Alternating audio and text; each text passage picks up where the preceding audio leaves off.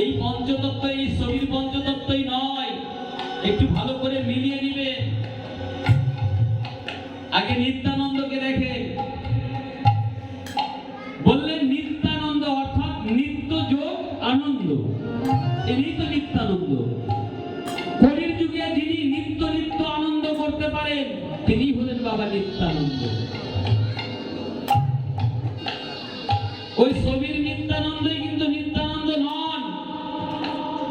এই কলির যুগে মানুষও কিন্তু বাবা নিত্যানন্দ, কারণ নিত্য যোগ আনন্দ যিনি এই কলিতে নিত্য নিত্য আনন্দ করতে পারেন তিনি হলেন বাবা নিত্যানন্দ।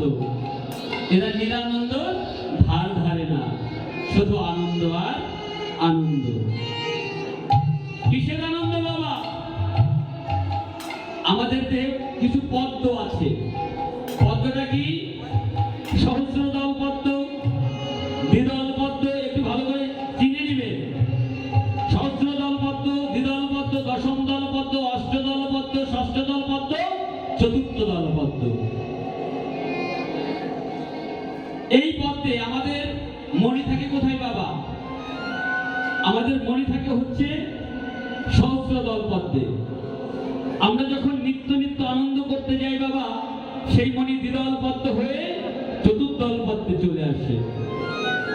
কিন্তু এই চতুর্দল পদ্ম থেকে যিনি আবার সহস্রদল পদ্মে উঠাইতে পারে তিনি এই জগতের নিত্যানন্দ। নিতাই গৌর হরিবল।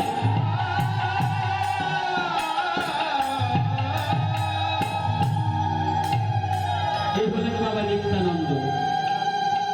এবার অদ্বৈত আগে ছিল বাবা দৈত্য। বাড়িতে থাকলে যদি আমাদের কারোর সঙ্গে ঝগড়া হয় বাবা, আমাদের ভাবটা কেমন হয়?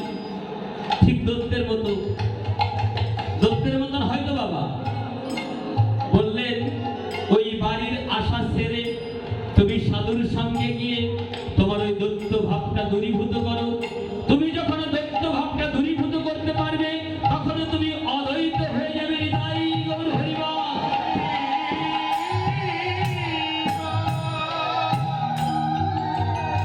একটু ভালো করে বুঝে নেবেন